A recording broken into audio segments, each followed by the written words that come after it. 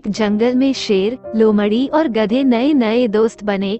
तीनों ने मिलकर शिकार करने की योजना बनाई और सबने मिलकर यह फैसला लिया कि शिकार के 3 हिस्से होंगे और तीनों का शिकार पर बराबर का हक होगा।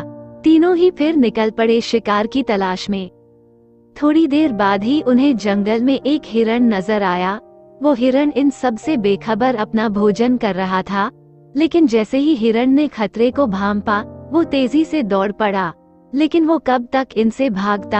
आखिर ये 3 थे और वो अकेला। आखिरकार वो थक कर चूर हो गया। शेर ने मौका देखते ही उस पर हमला बोल दिया और उसे मार गिराया। तीनों बहुत खुश हुए। शेर ने गधे से कहा, शिकार के 3 हिस्से कर दो दोस्त। गधे ने शिकार के 3 बराबर हिस्से कर दिए, लेकिन ये बात शेर को पसंद नहीं आई और वो गुस्से से दहाड़ने लगा। शेर ने गधे पर भी हमला बोल दिया और देखते ही देखते अपने नुकीले दांतों और पंजों से उसे 2 हिस्सों में काटकर अलग कर दिया। उसके बाद उसने लोमड़ी से कहा, लोमड़ी, तुम भी अपना हिस्सा क्यों नहीं ले लेती? लोमड़ी बहुत ही चतुर और समझदार थी। उसने हिरण का 1/4 हिस्सा ही अपने लिए लिया और बाकी का 3/4 हिस्सा शेर के लिए छोड़ दिया।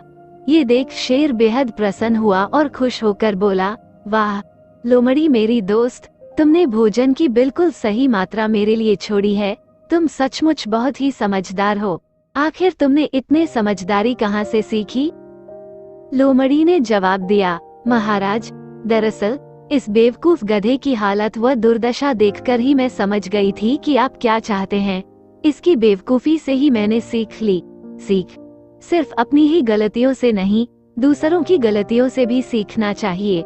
जी हाँ, दूसरों की गलतियाँ भी आपकी सीख का कारण बन सकती है। जरूरी नहीं कि आप अपनी गलती होने का ही इंतजार करें।